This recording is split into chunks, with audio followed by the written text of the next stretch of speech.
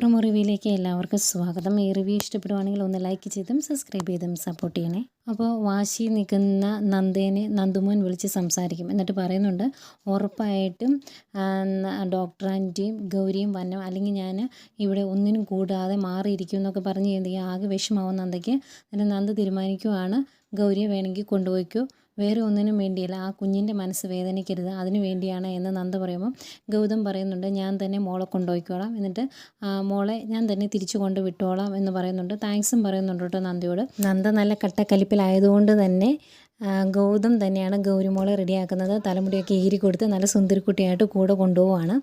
അവർ ഇന്ത്യവരത്തിൽ പോയി ഇറങ്ങുമ്പോൾ വണ്ടിയിൽ നിന്ന് ഇറങ്ങുന്നത് മോൾക്ക് ഭയങ്കര സന്തോഷം. മോള് വീടൊക്കെ ഒന്ന് നോക്കിയിട്ട് ഇങ്ങനെ ഗൗതത്തോട് പറയുവാണ്, നമുക്ക് അമ്മയും കൂടി കൊണ്ടുവരായിരുന്നു അല്ലേ അങ്കിളേന്ന്. അന്നേരം ഗൗതം ചോദിക്കും, അതെന്താ മോൾ അങ്ങനെ പറഞ്ഞതെന്ന് ചോദിക്കും. അന്നേരം പറയുവാണ്, ഇത്രയും വലിയ വീടൊന്നും എൻ്റെ അമ്മ കണ്ടിട്ടില്ലാന്നേ, ഇത്രയും വലിയ വീട്ടിലേക്കൊക്കെ വന്നു കഴിഞ്ഞാൽ എൻ്റെ അമ്മ പറയും, ഞാൻ ഇനി ഇവിടുന്ന് പോകുന്നില്ല, ഇവിടെ തന്നെ താമസിക്കുമെന്ന് പറഞ്ഞേനെ, ഇവിടെ തന്നെ നിന്നേനെ എന്നിങ്ങനെ പറയുമ്പം അത് കേൾക്കുന്ന ഗൗതത്തിന് ചെറിയൊരു വിഷമമൊക്കെ ആവുന്നുണ്ട്. ഏതായാലും ഗൗരി മോളെ കൊണ്ട് അകത്തേക്ക് പോകുന്നു, ഗൗതത്തെയും കാണിക്കുന്നു. ഇതൊക്കെയായിരുന്നു പ്രൊമോ വിശേഷങ്ങൾ.